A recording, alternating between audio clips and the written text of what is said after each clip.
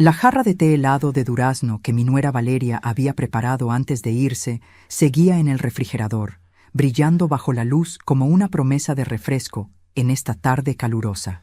Yo acababa de despedirme de mi hijo Leonardo y de ella en la puerta, viéndolos subir al taxi que los llevaría al puerto para su crucero de aniversario. «Gracias por cuidar de Mateo, mamá», había dicho Leonardo, besándome la mejilla. «Sabes que significa todo para nosotros». Valeria había sonreído, esa sonrisa perfecta que siempre me había parecido demasiado ensayada, y añadido: «El té está en el refrigerador para usted, suegra. Sé que le encanta el de durazno. Disfrútelo». Y ahí estaba yo, a mis 72 años, sola con mi nieto de 8 años, que nunca había pronunciado una palabra en su vida. Mateo estaba en la sala, como siempre, balanceándose adelante y atrás en el sofá. Ese movimiento repetitivo que los doctores habían asociado con su condición, autismo no verbal severo, habían dicho. Mi nieto hermoso, de ojos café profundos y cabello negro como el de su padre, atrapado en un silencio que partía mi corazón cada vez que lo veía. Cerré la puerta con un suspiro, el calor de agosto pegándose a mi piel. «Bueno, Mateo», dije en voz alta, como siempre hacía, aunque sabía que no respondería. «Son solo tú y yo por 10 días. ¿Qué tal si la abuela se toma ese té y luego hacemos galletas?» Me dirigí hacia la cocina, escuchando mis propios pasos sobre el piso de cerámica. Alcancé la jarra de té del refrigerador, el líquido ámbar moviéndose suavemente, pequeñas burbujas atrapadas en su interior. Busqué un vaso en la alacena y entonces escuché algo que heló mi sangre hasta los huesos. «Abuela, no bebas el té». Me quedé paralizada, el vaso a medio camino entre la alacena y el mostrador. Esa voz, una voz de niño, clara, perfecta, aterradoramente articulada. Me giré lentamente. Mateo estaba parado en la entrada de la cocina, no balanceándose, no con esa mirada perdida que siempre tenía.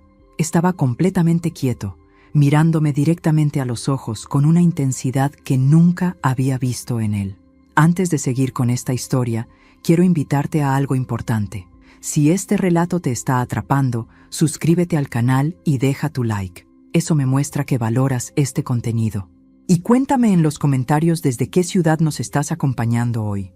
Ahora sí, sigamos. «Mateo», susurré, el vaso resbalándose de mis dedos entumecidos y estrellándose contra el piso.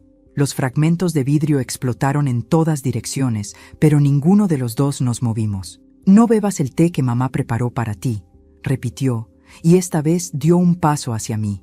«Ella lo planeó todo. Papá también. Quieren que mueras, abuela.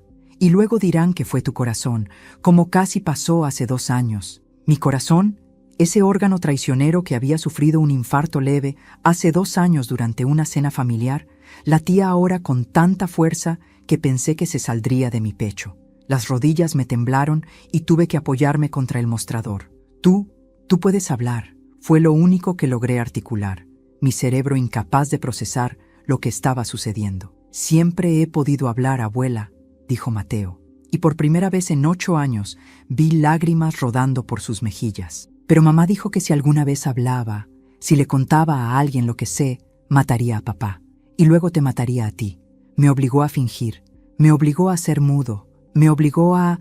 Su voz se quebró, me dejé caer en una silla, mis piernas finalmente rindiéndose. Esto no podía estar pasando, era imposible. Mi nieto, diagnosticado desde los 18 meses con autismo severo, incapaz de comunicarse, sometido a años de terapias y tratamientos. ¿Había estado fingiendo todo este tiempo, forzado por su propia madre? «El té», logré decir, mirando la jarra en el mostrador como si fuera una serpiente venenosa. «¿Qué tiene el té?». Mateo se limpió las lágrimas con el dorso de su mano pequeña. «No sé exactamente qué es, pero la escuché hablando por teléfono con alguien. Dijo que esta vez funcionaría mejor que la última vez, que 10 días era suficiente tiempo para que nadie sospechara. La última vez, el infarto, ese maldito infarto que me había llevado al hospital por 3 días hace 2 años, precisamente después de una cena que Valeria había preparado. Me levanté de la silla con piernas temblorosas y caminé hacia Mateo. Me arrodillé frente a él, ignorando el dolor en mis rodillas artríticas, y tomé su rostro pequeño entre mis manos. Sus ojos, esos ojos que siempre había creído que me miraban sin verme, estaban llenos de una inteligencia aguda y un dolor tan profundo que me partió el alma. «Cuéntame todo», dije, mi voz quebrándose. «Todo, mi amor, desde el principio». Mateo respiró profundo, como si estuviera preparándose para liberar años de secretos enterrados. Tenía 3 años cuando empezó. Antes de eso yo hablaba normal. Decía mamá y papá, cantaba canciones. ¿Te acuerdas? Cerré los ojos buscando en mi memoria. Sí recordaba. Mateo había sido un bebé parlanchín hasta que Valeria decidió que yo visitaba demasiado y que necesitaban espacio familiar.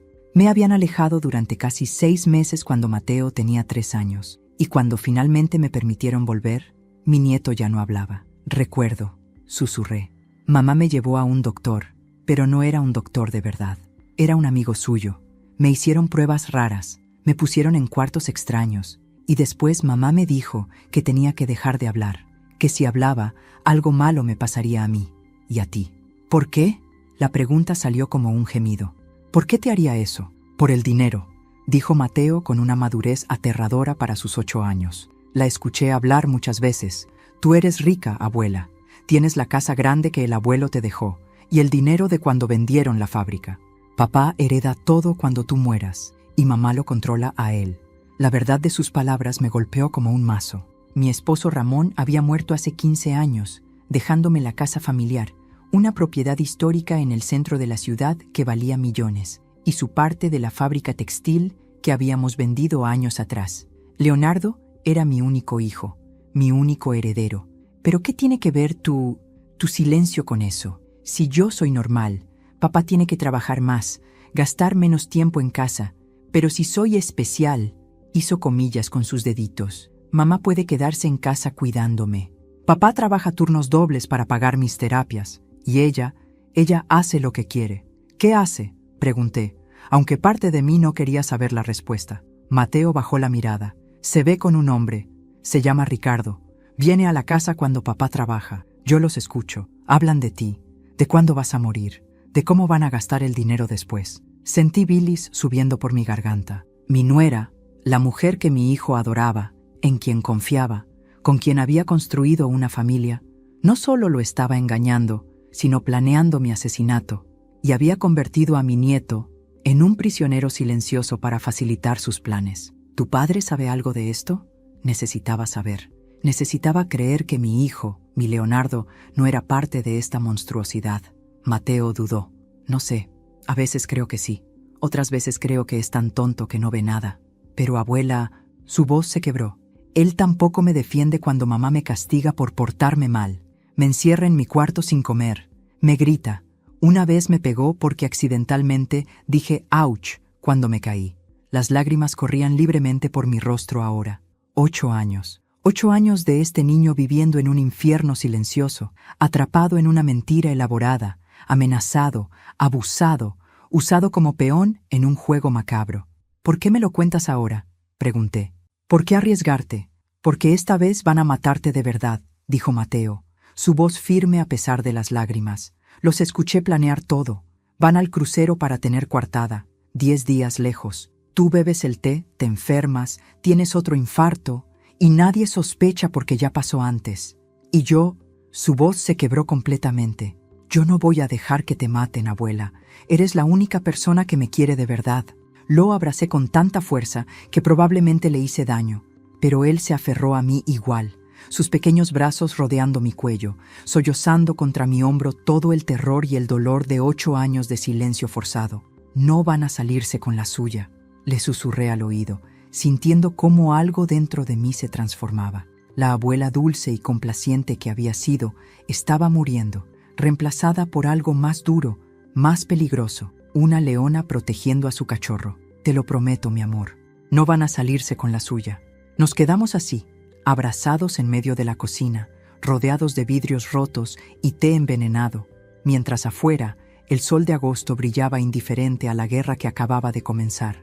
Después de limpiar los vidrios rotos y verter ese maldito té por el drenaje, usando guantes de goma, por si acaso necesitábamos analizarlo después, senté a Mateo en el sofá con un vaso de leche y galletas. Le temblaban las manos mientras comía, como si el simple acto de hablar después de años de silencio hubiera agotado todas sus reservas de energía. «Necesito que me muestres dónde guarda tu madre sus cosas importantes», le dije, acariciando su cabello. «Papeles, documentos, cualquier cosa que parezca secreta». Mateo asintió, limpiándose las migajas de la boca. «Tiene una caja en su closet. Arriba, en el estante de hasta arriba. Papá no puede alcanzarla sin escalera, pero ella es más alta». Mi hijo Leonardo medía apenas 1,65 m. Valeria era casi 10 centímetros más alta, un detalle que siempre le había molestado a él, pero que ahora cobraba un significado siniestro. Subimos las escaleras juntos, Mateo guiándome hacia el dormitorio principal. La habitación olía al perfume caro de Valeria, ese aroma floral y empalagoso que siempre me había dado dolor de cabeza. Las cortinas estaban cerradas, sumiendo el cuarto en una penumbra opresiva. El closet de Valeria era enorme, lleno de vestidos caros y zapatos de diseñador. Todo pagado, presumiblemente, con el dinero que Leonardo ganaba trabajando 60 horas semanales mientras ella cuidaba de su hijo supuestamente discapacitado. «Ahí», señaló Mateo hacia el estante superior.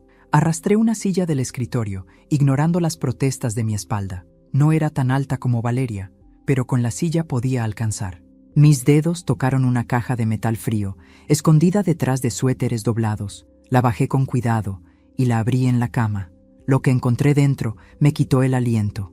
Primero, los documentos médicos, el diagnóstico de autismo de Mateo, firmado por un doctor Ricardo Salazar. El mismo nombre que Mateo había mencionado, el amante de Valeria. Las fechas no cuadraban con lo que recordaba. El primer diagnóstico estaba fechado apenas 6 meses después de que me alejaran de la familia. Había también un testamento, mi testamento, pero no era la versión que yo había firmado con mi abogado hace 10 años. Esta versión dejaba todo, absolutamente todo, a Leonardo directamente, sin fideicomisos, sin protecciones, sin nada. Y la firma se parecía sospechosamente a la mía, pero no lo era. «Dios mío», susurré, «falsificaron mi testamento». Seguí revisando. Había fotografías, Valeria y un hombre, presumiblemente Ricardo, en situaciones comprometedoras. ¿Por qué guardaría ella estas fotos? Entonces vi la nota pegada en la parte de atrás de una. «Seguro, por si acaso». Entendí. Eran su póliza de seguro. Si Ricardo intentaba traicionarla, ella tenía evidencia de la aventura. Pero lo que encontré en el fondo de la caja me heló hasta el alma. Era un frasco pequeño de vidrio ámbar, sin etiqueta, y junto a él, una nota escrita con la caligrafía de Valeria. «Digitalina, 5 ml en bebida caliente o fría. Simula infarto natural. Sin rastro después de 48 horas. Digitalina, un medicamento cardíaco que en dosis altas causa arritmias fatales. Mi infarto hace 2 años no había sido un infarto en absoluto. Había sido un intento de asesinato que falló porque la ambulancia llegó demasiado rápido». Con manos temblorosas, saqué mi teléfono y fotografié todo. Cada documento, cada foto, cada nota. El frasco de digitalina lo guardé en mi bolsillo, envolviéndolo en un pañuelo. «Mateo», dije tratando de mantener mi voz calmada, «¿sabes si tu mamá tiene una computadora? Usa la tableta. Está en su mesita de noche. La encontré, protegida con contraseña. ¿Sabes la contraseña?» Mateo asintió. 1, 2, 3, 4... Es tonta con las contraseñas. Efectivamente, funcionó. Lo que encontré en sus correos electrónicos confirmó mis peores pesadillas. Mensajes a Ricardo. «La vieja finalmente se va a morir. 10 días son suficientes. Esta vez usaré el doble de dosis. No puede sobrevivir otra vez». Respuesta de Ricardo. «¿Y el niño?» Valeria. «Sigue siendo útil. Después del funeral podemos curarlo milagrosamente. Diremos que era trauma por perder a la abuela. Nos harán santos». Más mensajes revelaban el alcance de su plan. Después de heredar mi fortuna, planeaban divorciarse de Leonardo, quedándose con la mitad de todo. Ricardo había investigado las leyes de división de bienes matrimoniales. Mi hijo era tan víctima como yo. Un tonto ingenuo, sí, pero una víctima. Descargué todos los correos en una memoria USB que encontré en el escritorio. También encontré extractos bancarios que mostraban retiros sospechosos, pagos a consultas médicas que nunca existieron. transferencias a cuentas offshore. Valeria había estado robando del fondo de gastos médicos de Mateo durante años, dinero que Leonardo trabajaba brutalmente para proveer. «Abuela», dijo Mateo suavemente, «¿qué vamos a hacer?». Lo miré, este niño valiente que había soportado años de abuso para protegerme, para proteger a su padre, atrapado en un silencio que no merecía. «Vamos a destruirlos», dije, y por primera vez en mi vida sentí el sabor amargo y satisfactorio de la venganza en mi lengua. Pero no hoy. Hoy vamos a ser muy inteligentes. Esa noche, después de acostar a Mateo, quien por primera vez en años me susurró «Te quiero, abuela», antes de dormirse, me senté en mi estudio con una libreta y comencé a reconstruir los últimos 5 años de mi vida con nueva claridad. El infarto de hace 2 años había sido el evento más obvio, pero ahora que sabía la verdad, otros incidentes comenzaban a cobrar un significado siniestro. 3 años atrás, había sufrido una intoxicación alimentaria severa después de una cena familiar en casa de Leonardo. Había estado tan enferma que perdí casi 10 kilos en 2 semanas. Los doctores nunca encontraron la causa. Valeria había sido tan atenta durante mi recuperación, trayéndome sopas y tés que, ahora me daba cuenta, probablemente prolongaban mi enfermedad. 4 años atrás, tuve una reacción alérgica misteriosa que me puso en el hospital por 3 días con dificultad para respirar y urticaria en todo el cuerpo. Nunca descubrimos a qué había sido alérgica. Eso había ocurrido después de tomar un café que Valeria me había preparado en una visita a mi casa. Y luego estaba el accidente en las escaleras de hace 5 años. Yo había jurado que alguien había dejado aceite en los escalones de entrada a mi casa. Me resbalé y me fracturé la muñeca. Valeria había estado ayudándome con la jardinería ese día. Había insistido en quedarse a preparar la cena. 5 años. 5 años de intentos sistemáticos de matarme. Pero había algo más, algo que se remontaba aún más atrás. Recordé la muerte de Ramón, mi esposo. Había muerto de un infarto masivo a los 63 años, aparentemente sin previo aviso. Robusto, saludable, sin antecedentes cardíacos. El infarto lo tomó mientras dormía. Eso había sido hace 15 años, 3 años después de que Leonardo se casara con Valeria. Me levanté bruscamente, el corazón martilleando en mi pecho. No podía ser. ¿O sí? Bajé a la cocina y saqué una caja de viejas fotografías del gabinete. Busqué hasta encontrar fotos del funeral de Ramón. Ahí estaba Valeria, joven, hermosa, de 25 años, con expresión apropiadamente triste. Pero en una foto específica, una que alguien había tomado accidentalmente durante el velorio, la capturaron mirando su teléfono y sonriendo. Mi sangre se heló. Volví a mi estudio y busqué en línea información sobre digitalina. Los síntomas de sobredosis eran idénticos a un infarto masivo, y después de 48 horas, no dejaba rastro detectable en autopsia estándar. Ramón había muerto en casa, en nuestra cama. Valeria había insistido en quedarse con nosotros esa semana porque Leonardo estaba de viaje de negocios. Ella nos había preparado la cena, té de hierbas antes de dormir, para ayudar con el estrés del trabajo, había dicho. Dios mío, susurré en la oscuridad de mi estudio. Lo mató a mi esposo. Todo cobraba sentido ahora. Con Ramón muerto, yo heredé todo. Y yo, como madre devota, naturalmente dejaría todo a mi único hijo cuando muriera. Valeria solo necesitaba paciencia y el plan correcto. Pero entonces, ¿por qué esperar tanto tiempo? ¿Por qué no matarme inmediatamente después de Ramón? La respuesta me llegó como un golpe. Mateo. Valeria quedó embarazada poco después de la muerte de Ramón. Necesitaba que Leonardo estuviera estable, que yo estuviera viva para ayudar financieramente, para ser la abuela generosa que compraba cosas, que daba dinero. Pero cuando Mateo tenía 3 años y Valeria conoció a Ricardo, todo cambió. Ya no necesitaba mantener las apariencias, podía acelerar el plan.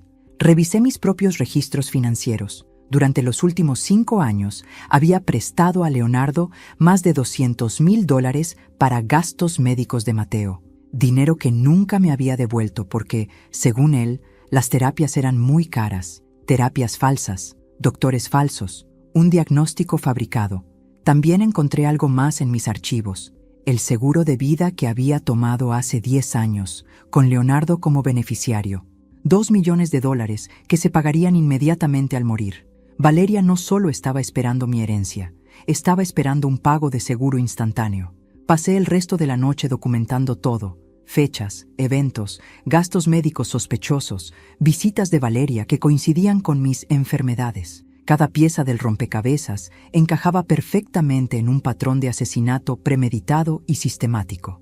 A las 5 de la mañana, escuché pasos pequeños en las escaleras. Mateo apareció en la puerta de mi estudio, frotándose los ojos. «No podía dormir», dijo con esa voz que todavía me maravillaba escuchar. «Tuve una pesadilla de que mamá regresaba y te hacía daño». Lo senté en mi regazo, algo que no había podido hacer en años porque él siempre rechazaba el contacto físico. Otra mentira. «Mateo, necesito preguntarte algo muy difícil. ¿Alguna vez escuchaste a tu mamá hablar sobre tu abuelo Ramón? ¿Sobre cómo murió?» Mateo se puso rígido. «Una vez, cuando tenía 5 años, antes de que me obligara a dejar de hablar. Ella estaba al teléfono con Ricardo. Le dijo que el viejo había sido fácil, pero que tú eras más resistente». Las lágrimas rodaron por mis mejillas. «¿Abuela?», preguntó Mateo, su vocecita llena de preocupación. «Estoy bien, mi amor», mentí, «solo muy, muy enojada». Y lo estaba, pero también estaba determinada. Valeria había matado a mi esposo, había torturado a mi nieto y había pasado años intentando asesinarme. Ahora era mi turno. Al amanecer del segundo día, mientras Mateo dormía finalmente después de su pesadilla, hice la primera llamada. No a la policía, todavía no. Necesitaba construir un caso sólido, irrefutable, antes de involucrar a las autoridades. Una acusación prematura podría darle a Valeria la oportunidad de destruir evidencia o fabricar coartadas. Llamé a Rodrigo Santana, mi abogado de confianza desde hace 20 años. Lo desperté, pero cuando escuchó la urgencia en mi voz, estuvo completamente alerta en segundos. «Rodrigo, necesito verte hoy. Es una emergencia legal y no puede esperar». 2 horas después, estábamos sentados en su oficina. Le mostré todo: las fotografías de los documentos, los correos electrónicos descargados, el frasco de digitalina que había guardado como evidencia y, lo más importante, presenté a Mateo. «Cuéntale al señor Santana lo que me contaste», le dije suavemente a mi nieto. Con una valentía que me partió y enorgulleció al mismo tiempo, Mateo repitió su historia. Rodrigo lo escuchó con expresión cada vez más horrorizada, tomando notas meticulosas. «Esto es, Dios mío, Graciela, esto es intento de asesinato múltiple, abuso infantil severo, fraude médico, falsificación de documentos». Se quitó los lentes y se frotó los ojos. «Y si tus sospechas sobre tu esposo son correctas, podría ser también un asesinato que prescribió hace años. ¿Qué necesitamos hacer para proteger a Mateo y asegurar que ella pague?», pregunté. Rodrigo pensó durante un largo momento. «Primero, necesitamos documentación médica real de Mateo. Un psicólogo infantil forense que pueda evaluar su verdadero estado mental y documentar el abuso psicológico. Segundo, necesitamos que la policía y servicios sociales se involucren, pero estratégicamente. Y tercero», me miró directamente, «necesitamos exhumar el cuerpo de tu esposo». La idea me revolvió el estómago, pero asentí. «Haz lo que sea necesario». Rodrigo hizo varias llamadas mientras estábamos ahí. Primero contactó a la doctora Patricia Montero, una psicóloga infantil forense reconocida. Ella aceptó vernos esa misma tarde. Luego llamó a un contacto en la fiscalía, alguien especializado en crímenes familiares. Explicó la situación en términos generales y aseguró una reunión para el día siguiente.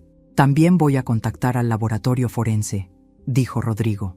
«Ese frasco de digitalina necesita ser analizado y vamos a solicitar una orden de exhumación basándonos en nueva evidencia de posible envenenamiento». «¿Cuánto tiempo tomará todo esto?», pregunté, consciente de que el crucero de Leonardo y Valeria duraba 10 días. «Si nos movemos rápido, podemos tener todo en orden en una semana. Cuando regresen del crucero, los estaremos esperando». Esa tarde, la doctora Montero evaluó a Mateo durante 3 horas. Lo vi jugar, hablar, responder preguntas con una normalidad que contrastaba brutalmente con los años de autismo severo que había supuestamente sufrido. «Este niño no tiene autismo», dijo la doctora cuando terminó, la rabia apenas contenida en su voz profesional. «Tiene trauma complejo por abuso sostenido, ansiedad severa por amenazas constantes, pero cognitivamente está completamente normal. Más que normal, Es excepcionalmente inteligente para su edad. El hecho de que haya mantenido esta farsa bajo amenazas durante años requiere una fortaleza psicológica extraordinaria. ¿Puedes documentar esto oficialmente?, preguntó Rodrigo. Ya estoy escribiendo el reporte, y voy a recomendar la remoción inmediata de la custodia materna. Este es uno de los casos de abuso psicológico más severos que he visto. Al día siguiente, nos reunimos con el fiscal Daniel Cortés. Le presentamos toda la evidencia: documentos, correos, fotografías, el testimonio de Mateo grabado en video, el reporte de la doctora Montero. El fiscal revisó todo con expresión cada vez más sombría. Esto es suficiente para arrestos inmediatos por intento de homicidio, abuso infantil, fraude, y si la exhumación confirma envenenamiento, estaremos hablando de asesinato en primer grado. Quiero que arresten a Valeria y a su cómplice Ricardo en el momento que bajen del barco, dije. Y quiero custodia inmediata de mi nieto. Eso podemos arreglarlo, asintió el fiscal. Voy a coordinar con servicios sociales y con la policía portuaria. ¿Cuándo regresan exactamente? En 8 días. Perfecto. Eso nos da tiempo para preparar todo correctamente. También voy a conseguir órdenes de cateo para su casa y para la oficina de este doctor Ricardo Salazar. Durante los siguientes días, Mateo y yo vivimos en una burbuja extraña. Él podía finalmente ser él mismo, hablar, reír, jugar como un niño normal. Lo vi florecer ante mis ojos, como una planta que había estado en la oscuridad y finalmente encontraba el sol. Cocinábamos juntos, veíamos películas. Él me contaba historias de todo lo que había observado en silencio durante años. Era como conocer a mi nieto por primera vez. Pero también practicábamos. La doctora Montero vino 2 veces más para prepararlo para lo que vendría. El juicio, los testimonios, las preguntas difíciles. Vas a ser muy valiente, le dije una noche, y la abuela va a estar contigo en cada paso. ¿Y papá?, preguntó con voz pequeña. ¿Él también va a la cárcel? Era la pregunta que yo misma me había estado haciendo. No lo sé, mi amor. Depende de cuánto sabía. La verdad era que yo tampoco sabía si perdonaría a Leonardo. Incluso si era ignorante del plan de asesinato, había sido negligente, ciego y cómplice en el abuso de su propio hijo. El día antes del regreso del crucero, todo estaba en su lugar. El día antes del regreso de Leonardo y Valeria, la casa se llenó de actividad controlada. El fiscal Cortés había coordinado todo con precisión militar. Servicios Sociales envió a una trabajadora social llamada Carmen Ruiz, quien se reunió conmigo y con Mateo para explicar el proceso de custodia temporal. Señora Graciela, dijo Carmen con calidez genuina, hemos revisado todo el caso, basándonos en el reporte de la doctora Montero, el testimonio de Mateo y la evidencia de peligro inminente. Tenemos autorización judicial para otorgarle custodia temporal inmediata. Cuando los padres regresen y sean arrestados, usted será la tutora legal de Mateo durante el proceso. ¿Y si mi hijo intenta pelear por la custodia?, pregunté, aunque ya conocía la respuesta. Con todo respeto, señora, su hijo permitió años de abuso psicológico severo bajo su propio techo. Incluso si no participó activamente en el plan de asesinato, su negligencia es criminal. No tiene ninguna posibilidad de recuperar la custodia, al menos no en el futuro cercano. Esa verdad dolía, pero era necesaria. El detective Luis Fuentes, asignado al caso, vino a instalar cámaras y micrófonos ocultos en la casa. Son por si intentan comunicarse con usted después del arresto, explicó. Cualquier amenaza o admisión de culpa será grabada y usada como evidencia. También me entregó un dispositivo de pánico que podía activar si me sentía en peligro. Aunque no creo que llegue a eso. Los arrestaremos en cuanto bajen del barco, antes de que puedan acercarse a usted. Rodrigo llegó esa tarde con noticias del laboratorio forense. El contenido del frasco es digitalina pura, concentración extremadamente alta. Una dosis como la que encontramos en tus notas sería definitivamente letal. Y tengo más noticias. Conseguimos la orden de exhumación para Ramón. Mi corazón se apretó. ¿Cuándo? En 2 días. Los resultados tomarán 1 semana, pero si encuentran trazas de digitalina en el tejido óseo, tendremos prueba de asesinato. Esa noche, Mateo y yo cenamos tranquilamente. Había preparado su comida favorita, lasaña con extra queso, y lo vi comer con apetito que nunca había mostrado antes. Abuela, dijo entre bocados, ¿puedo hacerte una pregunta? Cualquier cosa, mi amor. Cuando todo esto termine, ¿voy a poder ir a una escuela normal? ¿Hacer amigos normales? La pregunta me partió el corazón. Durante 8 años, este niño había sido aislado, tratado como discapacitado, privado de una infancia normal. Vas a ir a la mejor escuela, le prometí, y vas a hacer todos los amigos que quieras. Vas a jugar fútbol si quieres, o pintar, o lo que sea que te haga feliz. Sus ojos se llenaron de lágrimas. ¿Y si los niños se burlan de mí porque todos pensaban que era mudo? Entonces les diremos la verdad, que eres el niño más valiente que conozco, que fingiste durante años para proteger a las personas que amas. Eso no es algo de qué avergonzarse, Mateo. Es algo de qué estar orgulloso. A la mañana siguiente, el día del regreso, desperté temprano. El barco llegaría al puerto a las 3 de la tarde. Leonardo había enviado un mensaje de texto pidiéndome que los recogiera, pero yo había respondido que tenía una cita médica y que tomaran un taxi. No quería estar cerca cuando los arrestaran. Quería que Mateo estuviera seguro, lejos de esa escena. A las 2 de la tarde, el detective Fuentes me llamó. Estamos en posición. Tenemos oficiales en el puerto, coordinados con seguridad del barco. En cuanto bajen, los interceptaremos. También tenemos un equipo listo para arrestar a Ricardo Salazar simultáneamente. ¿Y el hijo? Apenas podía llamarlo así ahora. Eso depende. Si coopera, si verdaderamente era ignorante del plan de asesinato, podría evitar cargos criminales, pero tendrá que testificar contra su esposa. A las 3:15, mi teléfono sonó. Era el fiscal Cortés. Están arrestados, ambos. Valeria se resistió, gritando que esto era un error. Leonardo parece estar en shock completo. Cuando le dijimos de qué se les acusaba, se desmayó. Antes de continuar, quiero saber tu opinión. Escríbeme en los comentarios qué estás sintiendo con esta historia y qué harías tú si estuvieras en mi lugar. No te vayas, porque lo que viene después es aún más intenso. Respiré profundo, sintiendo una mezcla de alivio, tristeza y satisfacción. ¿Qué sigue? Procesamiento, interrogatorios. Ricardo Salazar también fue arrestado en su consultorio. Encontramos más pruebas ahí, incluyendo los registros médicos falsos de Mateo. Y señora Graciela, hay algo más que debe saber. ¿Qué? Encontramos registros de que Valeria investigó su rutina médica hace 3 meses, específicamente sus medicamentos para la presión arterial. Creemos que planeaba un tercer intento si el té envenenado fallaba. La magnitud de su maldad me dejó sin aliento. No solo había planeado mi muerte, sino que tenía planes de respaldo.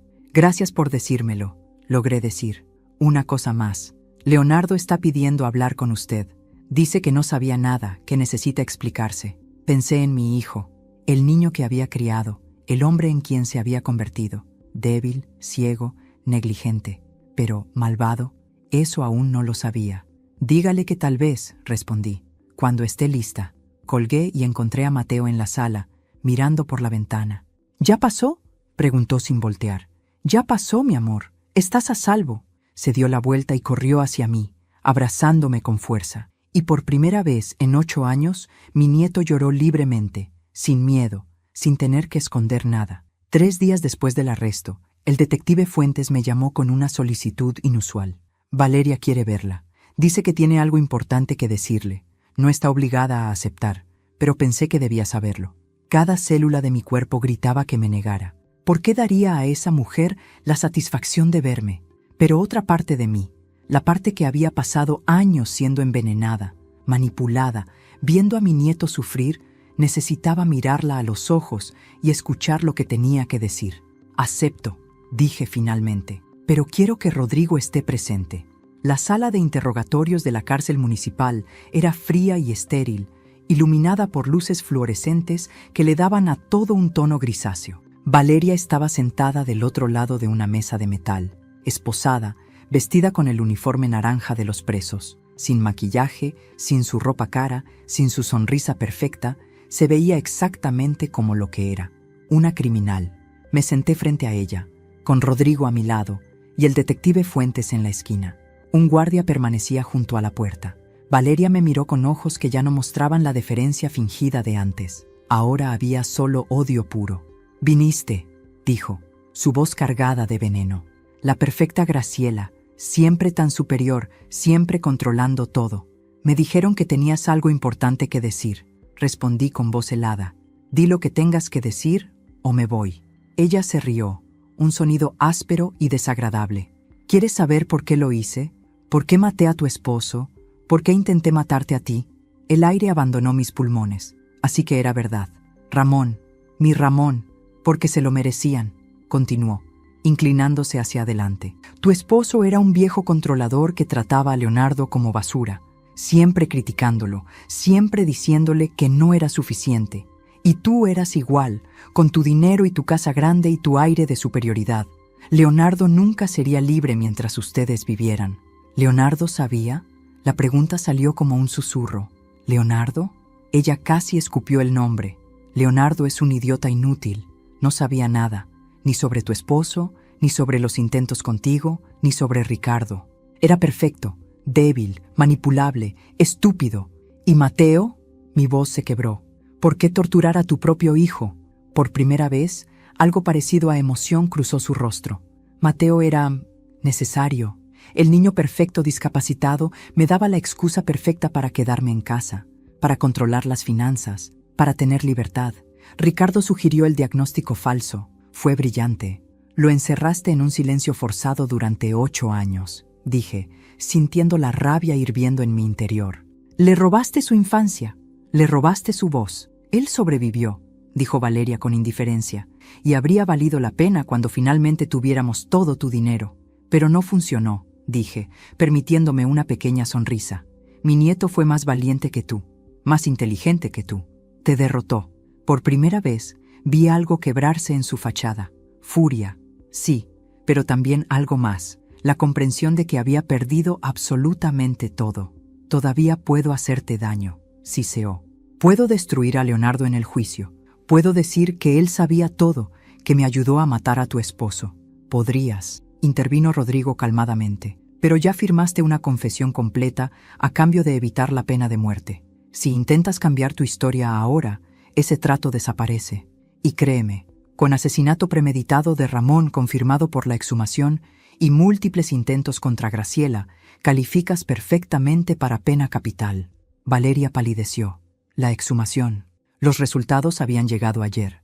Trazas de digitalina en el tejido óseo de Ramón. Prueba irrefutable de que había sido envenenado. ¿Cuánto?, pregunté.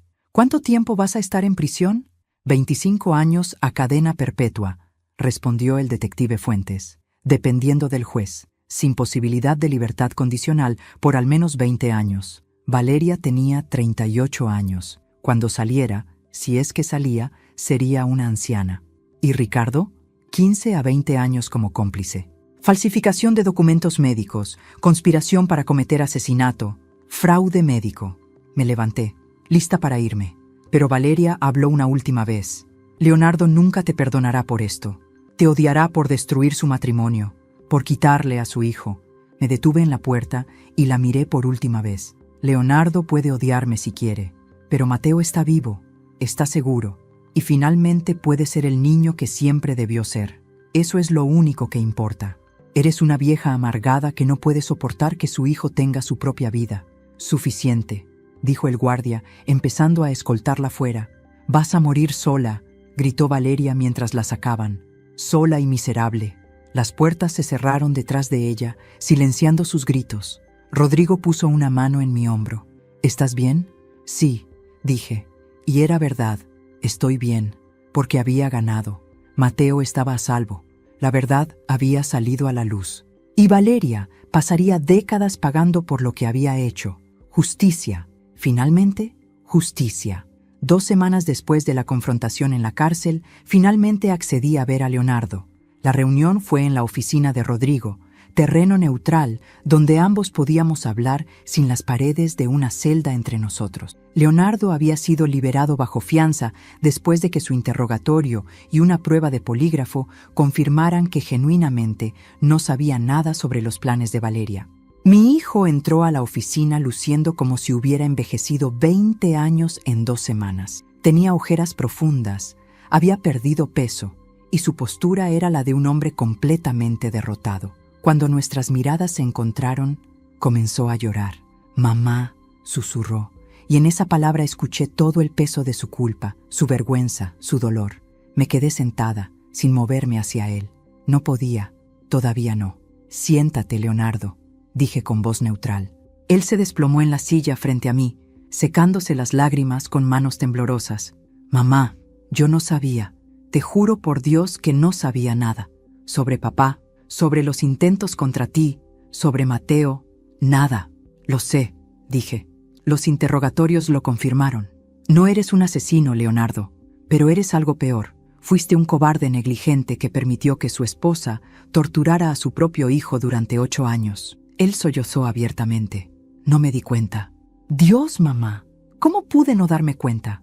Porque no quisiste ver, respondí, sintiendo años de frustración y dolor saliendo finalmente.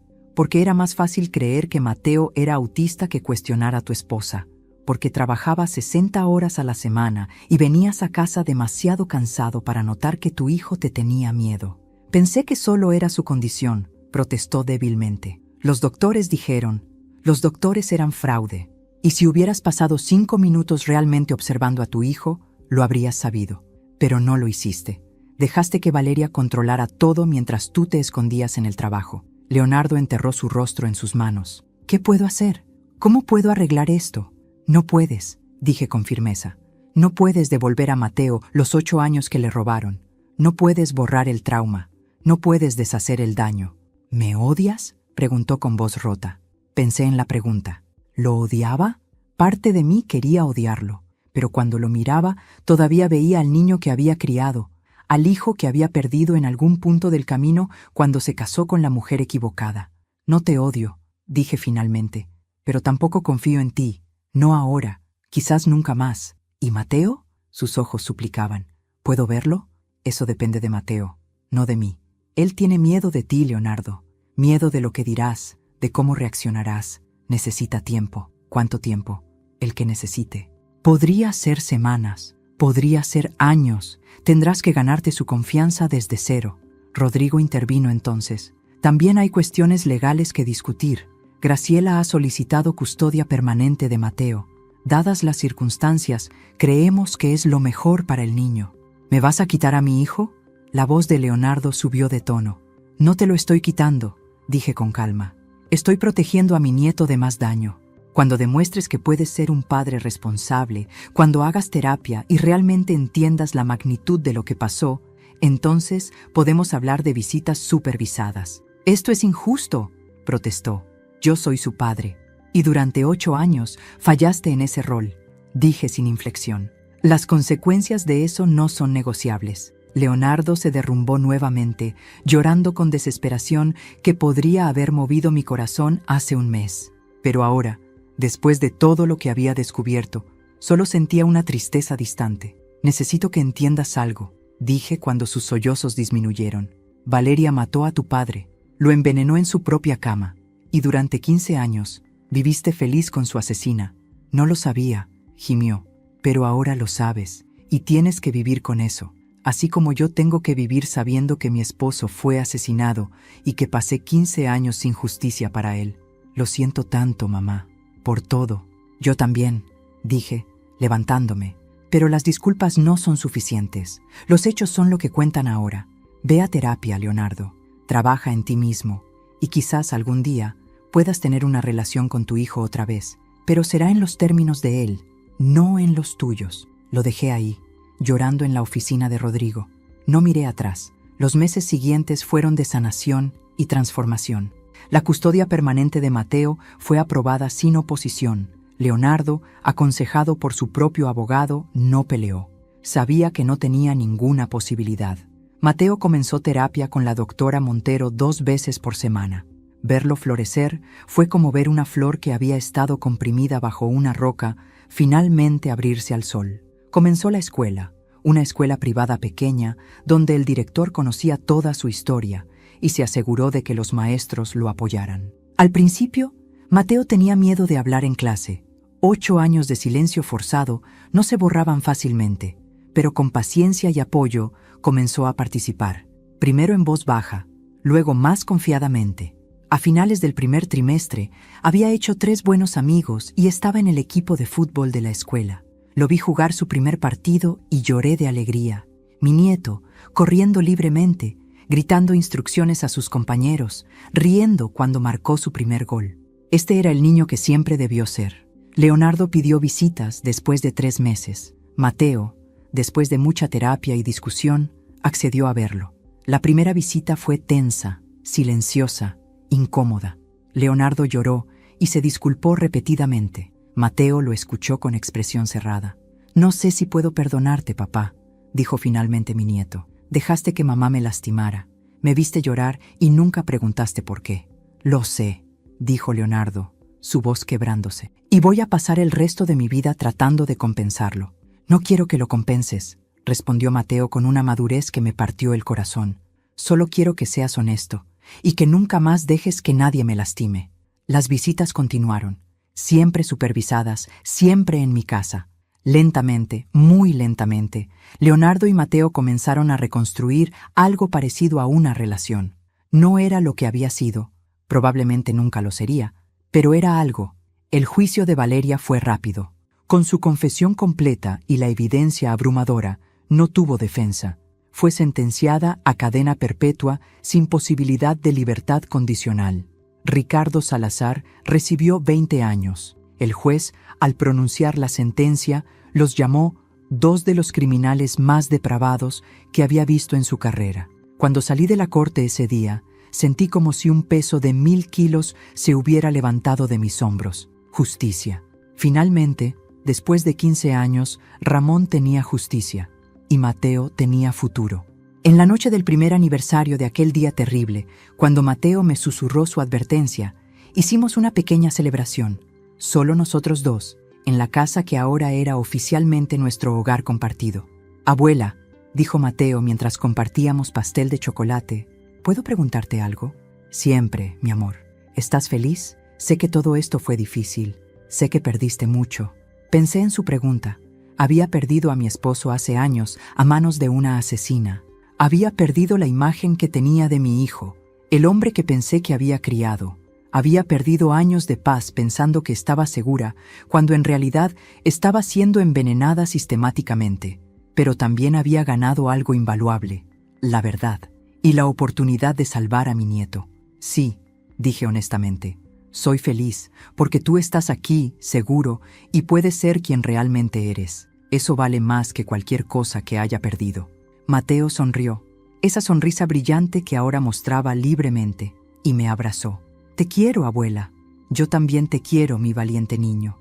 Esa noche, después de que Mateo se durmió, me senté en el estudio de Ramón, ese espacio que había mantenido intacto durante 15 años. Encendí una vela frente a su fotografía. «Finalmente lo hice, mi amor», susurré. «Finalmente ella pagó por lo que te hizo, y salvé a nuestro nieto. Ojalá pudieras verlo ahora. Es extraordinario. Tiene tu inteligencia, tu valentía. Habrías estado tan orgulloso». Permanecí ahí largo rato, sintiendo una paz que no había sentido en años. El camino había sido oscuro, aterrador, doloroso, pero habíamos sobrevivido. Más que eso, habíamos triunfado. A mis 72 años había aprendido que nunca es tarde para luchar, nunca es tarde para proteger a quienes amas, nunca es tarde para exigir justicia, y nunca es tarde para comenzar de nuevo. Mateo tenía toda una vida por delante ahora, una vida donde podía hablar, reír, soñar, ser libre, y yo estaría ahí para cada momento, protegiéndolo, amándolo, asegurándome de que nunca más conociera el miedo que lo había silenciado durante tanto tiempo. Esta era nuestra segunda oportunidad, nuestro nuevo amanecer, y lo íbamos a vivir plenamente, juntos, libres finalmente de las sombras que habían intentado destruirnos. Si esta historia te conmovió, te hizo reflexionar o simplemente te mantuvo al borde de tu asiento hasta el final, te invito a suscribirte al canal y dejar tu like. Tu apoyo significa todo para mí y me motiva a seguir compartiendo historias que tocan el corazón. Cuéntame en los comentarios, ¿desde qué ciudad nos estás viendo? ¿Qué fue lo que más te impactó de esta historia? ¿Crees que Graciela hizo lo correcto? ¿Debería Leonardo tener una segunda oportunidad con Mateo? Comparte esta historia con alguien que necesite recordar que la valentía puede venir en los paquetes más pequeños y que nunca es tarde para luchar por la justicia y proteger a quienes amamos. Nos vemos en la próxima historia. Recuerda, la verdad siempre encuentra su camino hacia la luz y el amor verdadero siempre vale la pena luchar por él. Aviso importante. Esta historia es completamente ficticia. Todos los personajes, nombres, situaciones y eventos narrados son producto de la imaginación y fueron creados exclusivamente con fines de entretenimiento, reflexión y valor emocional. Esta narrativa no representa hechos reales, personas reales, vivas o fallecidas, ni está basada en acontecimientos verídicos. Cualquier semejanza con situaciones, lugares o personas reales es pura coincidencia.